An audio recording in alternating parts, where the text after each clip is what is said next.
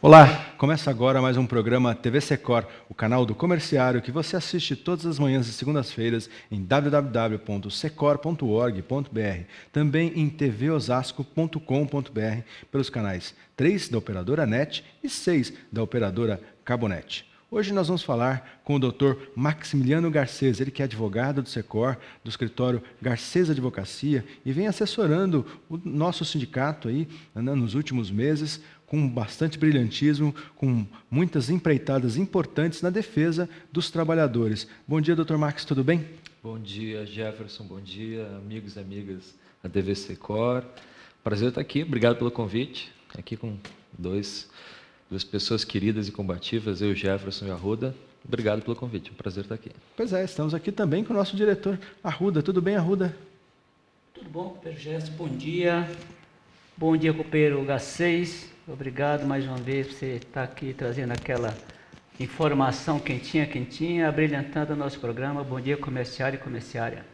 O Garcês já é figurinha conhecida nossa aqui, grande advogado, vem falar sobre tudo do direito dos trabalhadores e vem conversar com a gente hoje aqui, né, doutor Garcês, a respeito um pouco do balanço aí. Esse ano foi um ano terrível para os direitos dos trabalhadores. Várias ameaças, num tempo de crise, muitas coisas sendo negociadas, às vezes a revelia dos sindicatos, né, contra o interesse dos sindicatos dos trabalhadores. Mas vamos falar um pouco dessa situação. Nós tivemos aí mudanças do abono salarial, seguro-desemprego, auxílio-doença, na pensão por morte. Que balanço o senhor faz deste período para o trabalhador? Jefferson, foi um ano desgastante, um ano que demorou a terminar e ainda tem umas semaninhas aí que o Congresso pode aprontar mais coisas, né? E o ano poderia ter sido pior se não tivesse sido a mobilização da classe trabalhadora, porque 2 projetos que quase que destruiriam a CLT bateram na trave para ser aprovados, que é da terceirização, a gente já fez um programa específico sobre isso aqui, né? E outro sobre o negociado, sobre o legislado, que seriam muito piores do que até as próprias mudanças que foram feitas na questão previdenciária, né? E o que eu discordo das MPs 664 e 665 é que esse ajuste foi feito só em relação à classe trabalhadora. Fosse um grande ajuste que tratasse de todas as classes sociais, junto com isso viesse imposto sobre grandes fortunas, tivesse uma mudança da tabela do imposto de renda para que tivesse alíquotas maiores para quem ganha salários altíssimos, né, mais de 27%. Já chegou uma época que a gente tinha 35% de alíquota, podia até ser mais, 40%, 45% para quem ganha 50, 100 mil reais, e diminuindo a classe trabalhadora, até poderia se discutir. Mas só foi a classe trabalhadora que acabou sendo afetada. Mas foi uma luta muito grande para evitar que fosse pior. Essa semana mesmo, quarta-feira agora, na Comissão de Trabalho da Câmara, tem uma pauta grande aí para tentar retirar direitos dos trabalhadores. E então o ano não terminou e a luta continua grande. E o nosso temor é o que vai ser 2016. No caso das MPs, que foram medidas do próprio governo, não é? Elas vêm num pacote de ajuste que o governo diz que é temporário. Mas ainda assim interfere diretamente no direito do trabalhador e mexe exclusivamente com a classe trabalhadora, como o doutor bem colocou. Agora, outras medidas vêm sendo tomadas, tentadas pelo Congresso Nacional, seriam perenes, seriam permanentes. Né? Como o caso, por exemplo, da terceirização, que teria um efeito devastador para a classe trabalhadora. É verdade. Conseguiram aprovar na Câmara dos Deputados uma votação que foi manipulada pelo Eduardo Cunha, que é notoriamente já um criminoso aí, com provas cabais contra ele, né? Foi uma votação vergonhosa e foi para o Senado. E lá no Senado, uma mobilização muito grande aí do movimento sindical, o Secor, vários sindicatos aí no Brasil inteiro, a CUT, outras centrais se mobilizaram. E eu viajei aí por 17 estados este ano, acompanhando, representando a minha associação, a Associação Latino-Americana de Advogados Laboralistas, tentando conscientizar nas assembleias legislativas a população sobre o risco desse projeto. Que é um projeto que, na verdade, não é terceirização, aquilo que os empresários defendem, que é para você colocar uma parte da atividade da empresa, que a empresa não sabe fazer direito, contratar uma empresa que sabe fazer melhor. Na verdade, não é isso. É para instituir o aluguel de pessoas no Brasil, transformar o trabalhador numa mercadoria. Permitir, pelo projeto, permite que a empresa não tenha funcionários, tenha só um CNPJ. Digamos o caso de um grande supermercado. Ele pode demitir todo mundo e contratar uma empresa para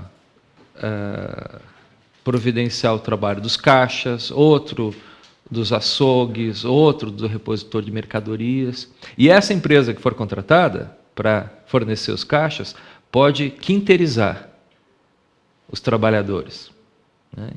Ela, Ou por seja, sua vez, contratar outra empresa que, na verdade, é quem vai efetivamente fornecer o trabalhador. e o projeto é tão descarado que ele permite, inclusive, o empresário contratar empresas de parentes dele para fazer isso, né? Ou seja, é criar aquela figura do gato que existia e ainda existe na área rural, né? O sujeito que contrata trabalhadores para ceder para um fazendeiro e dá uma mordida na parte do salário, instituir um grande gato assim, e os laranjas, né? E daí o empregador vai transformando o trabalhador como mercadoria. O doutor falou aqui na sua vinda anterior ao nosso programa para falar justamente de terceirização, uma expressão que ficou marcada para mim, que a conta não fecha, né? Como é que pode imaginar que vai colocar um intermediário numa operação Sim. que vai sair mais barato para todo mundo e pagar a mesma coisa para o trabalhador que está na ponta? Não vai, né? Esse intermediário vai receber, ser remunerado de alguma forma, que vai sair do lado mais fraco, né? Claro, claro. Imagina, você vai comprar uma laranja direto com o produtor rural. Você vai pagar um preço X, né? Se você for contratar direto no mercado, depois de ter passado aí por um ou dois intermediários, você vai pagar mais. Só que na lógica do trabalho terceirizado, e essa conta realmente não fecha. Você aumenta os intermediários e vai achar que isso vai se tornar mais barato? Se torna mais barato por quê? Porque você vai sacrificar o trabalhador, que vai ter várias mordidas no salário dele, né? E vai ter mais acidente de trabalho, vai ter uma expectativa de vida menor, fica mais doente, e é tudo isso que a gente vê no dia a dia. E, na verdade, a terceirização também serve para a empresa que quer fazer o que tem de mais criminoso no mundo do trabalho, ela faz por meio de um laranja, ou por vários laranjas, né? Vai pegar aí o caso da Zara, por exemplo, que foi um caso triste, daqueles bolivianos trabalhando em condições subhumanas dentro de São Paulo. Crianças, inclusive, trabalhando 12, 14 horas por semana. As empresas não contratam diretamente esse pessoal. Eles fazem sempre com uma terceirizada, uma quarteirizada. Trabalho escravo é a mesma coisa, né? Então eu digo que a terceirização é uma droga e é a porta de entrada para as piores drogas que existem no mundo do trabalho.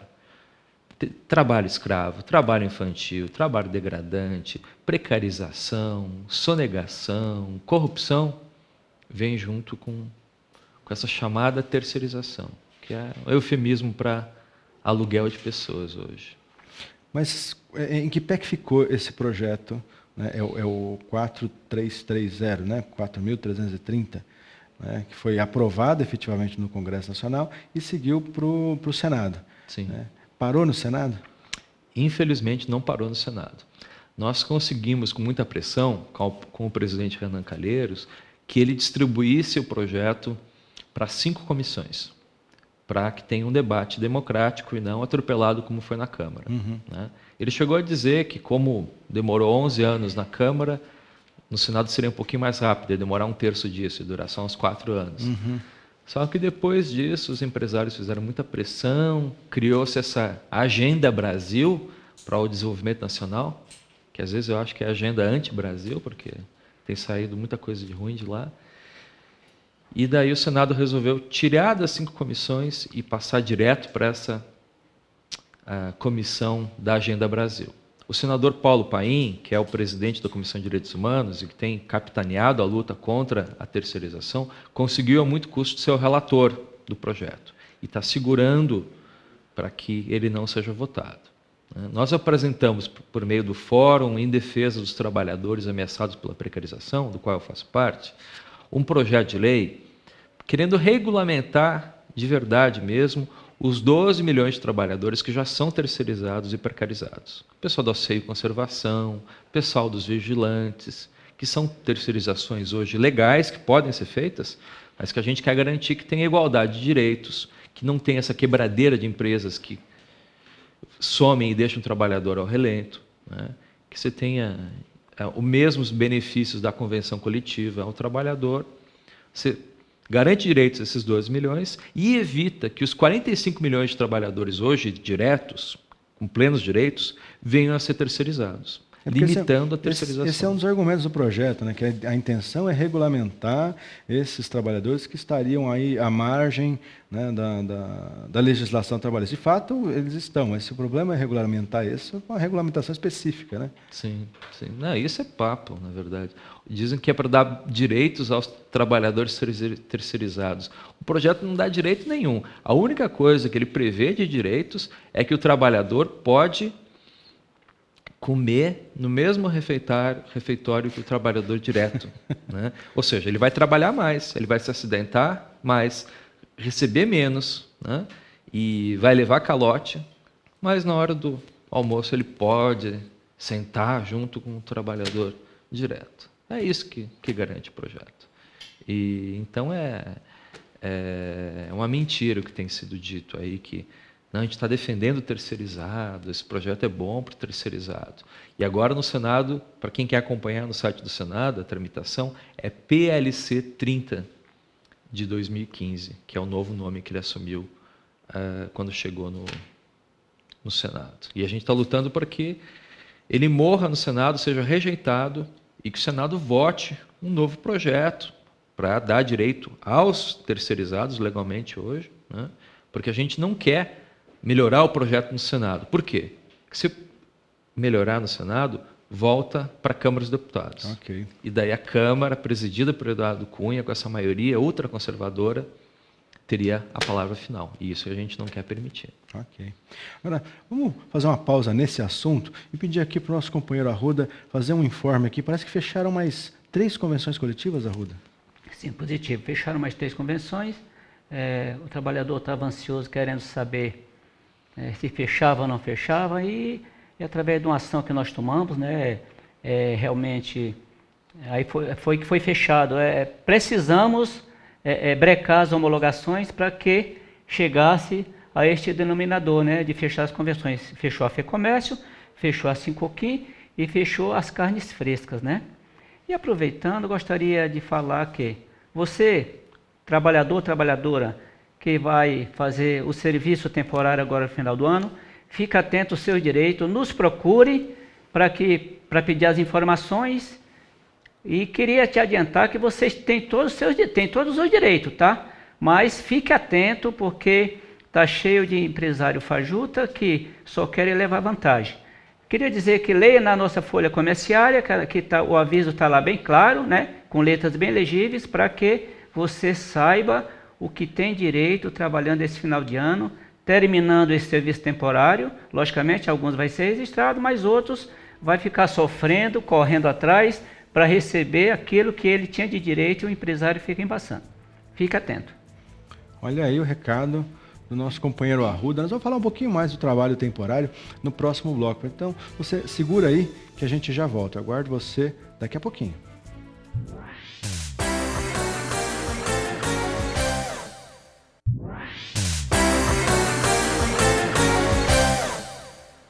Estamos de volta com o programa TV Secor, hoje conversando com o advogado Maximiliano Garcês, que assessora aí o nosso sindicato nas lutas em prol dos trabalhadores. Mas para esse segundo bloco nós tivemos aqui uma substituição no nosso time. O nosso diretor Edson Bertoldo, que veio substituir o nosso companheiro Arruda, né, que começou com a gente no primeiro bloco, e deu um informe importante dos trabalhadores temporários, tema que a gente vai voltar a falar aqui. Mas tudo bem, Edson?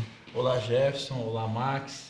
Obrigado por estar aqui no nosso programa TV Secor, né? Você que é um convidado ilustre, um advogado combatente aqui em prol do trabalhador, e vamos tocar o programa que tem muitas informações importantes para você, nosso telespectador. Pois é, O Arruda deixou o primeiro bloco falando aí da importância de você, trabalhador, trabalhadora que está entrando agora num trabalho temporário nesse final de ano, para as festas de final de ano, ficar atento aos seus direitos. Mas vamos aqui aprofundar o tema com o Dr. Max. Dr. Max, o trabalhador temporário ele tem os mesmos direitos do trabalhador contratado normalmente da empresa?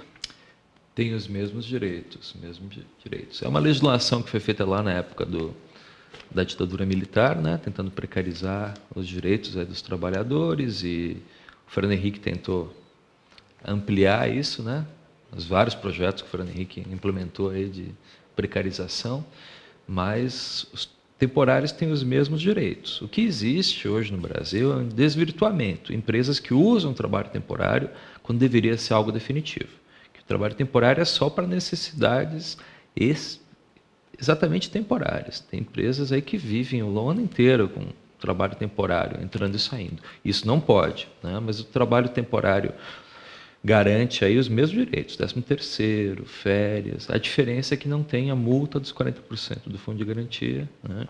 E recentemente o TST decidiu que mesmo no caso do trabalho temporário se aplica a estabilidade da gestante, a estabilidade para acidente do trabalho. Que isso é uma mudança importante aí na questão. Então, o Arruda está corretíssimo. O trabalhador temporário aí sofre mais violações dos direitos e ele precisa se socorrer aí do seu sindicato. E o Secor é um sindicato atuante aí, né, em defesa dos trabalhadores, aí, inclusive desses temporários aí, contratados no final do ano. Então tem que aproveitar e se mobilizar e auxiliar o sindicato. A gente estava falando da terceirização. Por que foi barrado? Por conta do movimento sindical, né? Então os trabalhadores, quando tem uma luta dessas, tem que se envolver no sindicato, tem que se filiar, tem que atuar, participar de assembleias, né? Isso é importante para toda a classe trabalhadora e para o seu direito específico também, né? Agora, então, é importante esclarecer, o direito temporário é igualzinho o do trabalhador normal da empresa, o trabalhador contratado, efetivado. A diferença está na multa dos 40%, porque ele é contratado para trabalhar no máximo por 3 meses, é isso? Exatamente. Existe o trabalho temporário, que é na acepção do termo, aí, que é como uma empresa de trabalho temporário. Se usa a expressão também para esses contratos por prazo determinado, que geralmente se usa no comércio, né?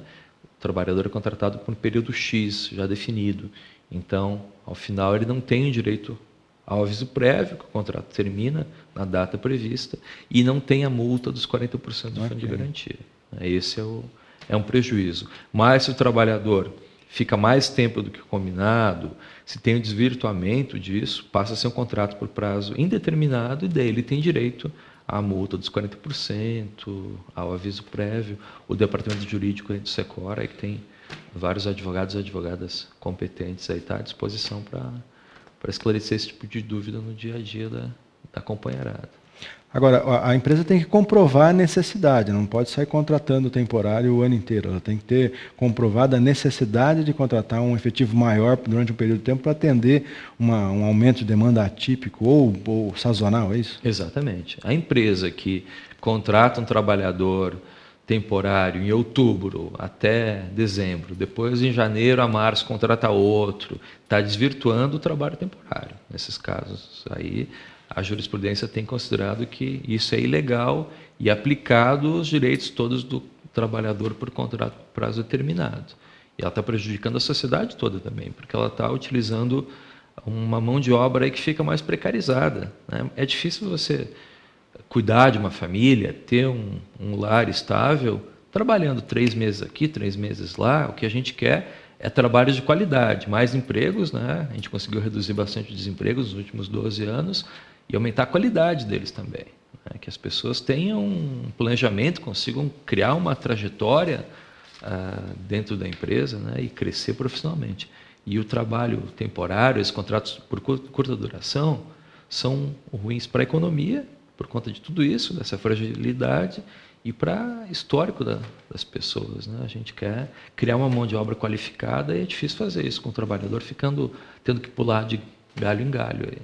Aliás, a respeito desse tipo de trabalho que é prejudicial ao próprio trabalhador, o Secor tem se envolvido numa discussão importante e nova aqui no município, que é a agenda do trabalho decente, né, o Edson? O Edson tem acompanhado esse tema aí. Bem, esse trabalho foi feito aqui na cidade de Osasco, através da secretaria, né, a STDI, né, a Secretaria do Trabalho aqui, junto com a secretária Mônica Veloso, que trouxe o senhor Stanley da OIT para assinar um convênio com a cidade. Mas não significa que seja somente da cidade de Osasco. A gente está chamando todos os municípios, a Secretaria de Trabalho dos municípios, para poder participar. E também convidamos algumas empresas que vieram participar para mostrar o que é o trabalho decente, né? Então, essa questão dos temporários aí, tem uma empresa aqui, eu não vou falar a cidade, que ela sempre contrata temporário em data específica. Namorados, temporário. Natal, temporário. Carnaval, temporário. E aí nunca tem um quadro que a gente sabe qual o tamanho do quadro da empresa. Ela sempre usa dessa prerrogativa. Só que graças à fiscalização e os esclarecimentos que os trabalhadores estão tendo na base, foi denunciada. Então o Ministério do Trabalho pegou no pé, porque o mesmo cara trabalhava 10 dias, voltava para casa, depois contratava o cara em um evento especial por mais 10 dias, 15 dias, e o cara nunca tinha um registro na carteira fixo, né? Era temporário para o contrato e ali se esvaecia. Então o cara era contratado pela mesma empresa por 10 vezes no ano, né? Então, coisa, né? Incrível. Né? Então, o trabalhador tem que se atentar, denuncie no sindicato, né? A gente está lá, denuncie, não precisa se identificar, pode denunciar, falar com a empresa que a gente vai checar, né? E só pegando o gancho do bloco anterior, a PLC, eu quero que você grave, PLC 30, que está lá no Senado Federal, lá no Senado, é um perigo. Então, você jovem, eu estou vendo muito jovem se mobilizando aí nessas questões da desorganização do álcool nas escolas, site, o que é a PLC, entenda, porque se isso passar no Senado Federal, né, como o PMDB nunca foi nem do lado de cá, nem do lado de lá, que agora está mostrando a sua carinha na televisão aí, que quer mais do lado de lá, é um perigo porque é um retrocesso para todos os trabalhadores e trabalhadoras do Brasil e vai atender um único interesse, que é o interesse do capital. Então, gente, no Brasil, agora está muito clara a luta de classe. É o capital, né, de um lado e nós, trabalhadores, do outro. Então, contamos muito. Quero parabenizar os jovens que estão mostrando aqui no estado de São Paulo o que é mobilização, que não aceitam a suspensão lá da questão do álcool, eles querem o cancelamento do projeto. Não é suspender e, na calada da madrugada, reativar o projeto. Então, está certo em ocupar a escola, manifestar até que seja derrubado esse projeto aí de desorganização do governo do estado de São Paulo.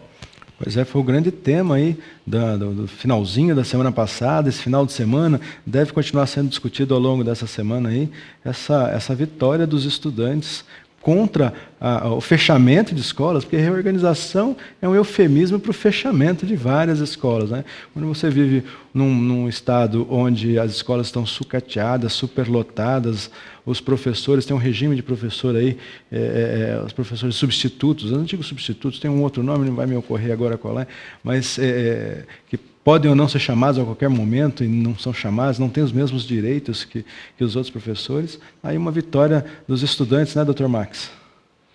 Eu vim para São Paulo, eu moro em Brasília, eu vim para São Paulo ontem para poder participar da virada cultural aí junto com os estudantes. Estive junto aí com as companheiras Camila e Karina, presidentes da UBS, da Uni, ontem. Fui no show do companheiro Criolo, aí, que eu gosto muito, da Maria Gadu, do Arnaldo Antunes, comemorando essa vitória dos estudantes.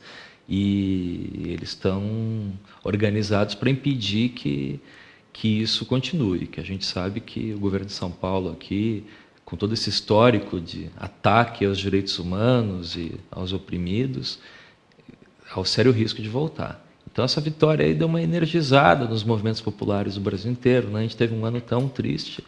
E eu fiquei surpreso com a energia dessa garotada aí, que está ensinando muito para os adultos aí no Brasil inteiro. E foi muito bonito participar ontem, assim, sabe? Participei de um almoço comunitário com os estudantes na própria escola, a organização deles. E esses temas aí repercutem para toda a classe trabalhadora. Quem que vai na escola pública? É o filho do trabalhador. Né? Quem que está arriscado de sofrer com a terceirização? É o trabalhador.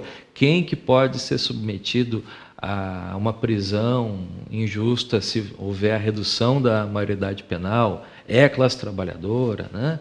Quem que sofre mais com o financiamento privado de campanhas, que o PSDB defende, é a classe trabalhadora que não consegue eleger seus representantes. Então, a gente tem um ataque aí à classe trabalhadora de várias frentes, né? E a gente tem que estar organizado para enfrentar isso, e nos próximos anos vão ser difíceis. Esses ataques só vão aumentar. E é importante aí essas mídias alternativas. Eu parabenizar a TV Secor, aí, o companheiro Jefferson, as várias mídias que o Secor tem, porque se as pessoas só acreditarem no que essa mídia tradicional repete, né? Vou citar uma frase aqui do Malcolm X, ele dizia: se você acreditar só no que a grande mídia diz, eles te ensinarão a odiar o oprimido e amar o opressor. Isso que a gente vê aí no dia a dia, nas eleições ano passado para deputado federal, quantidade de trabalhadores que votaram em pessoas que defendem a terceirização, que defenderam o negociado sobre o legislado, né? O resultado está aí. E no dia a dia aqui na discussão do impeachment, as mesmas pessoas, mesmos deputados que estão defendendo o impeachment são aqueles que votaram pela terceirização, pela retirada de direitos, né? Então, o que a gente vê, essa discussão do impeachment não é uma discussão constitucional, né? É uma discussão para tentar retirar direitos e atentar contra a democracia, porque eu acho que não tem nenhum fundamento constitucional aí para o impeachment.